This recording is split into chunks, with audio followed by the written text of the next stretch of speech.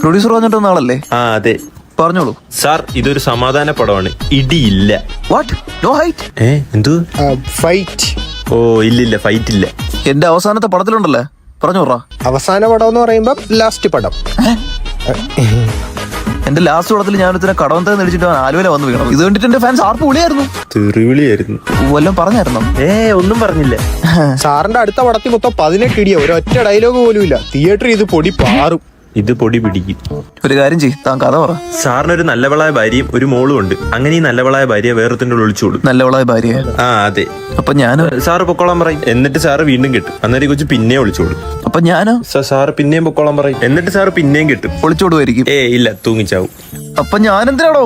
സാറിനെ പോലീസ് കൊണ്ടുപോകും. സാറാണോ കൊന്നെന്ന് ചോദിക്കുമ്പോ സാറ് പറയും സാറാണെന്ന്. The end.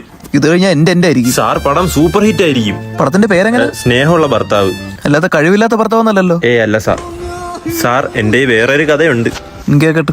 സാർ ഇതിനകത്ത് സാറിന്റെ പേര് ടെമ്പോ. ആഹാ, എത്ര സീറ്റുള്ള? അല്ല, വെറും ടെമ്പോ. സാറിനൊരു ഭാര്യയും ഒരു മോളും ഒരു മോനും ഉണ്ട്.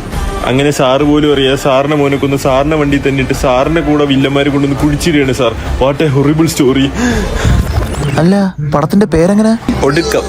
ഇത് നിന്നോടുകൂടി കൊടുക്കണം. നീ മുടിഞ്ഞു പോടാ.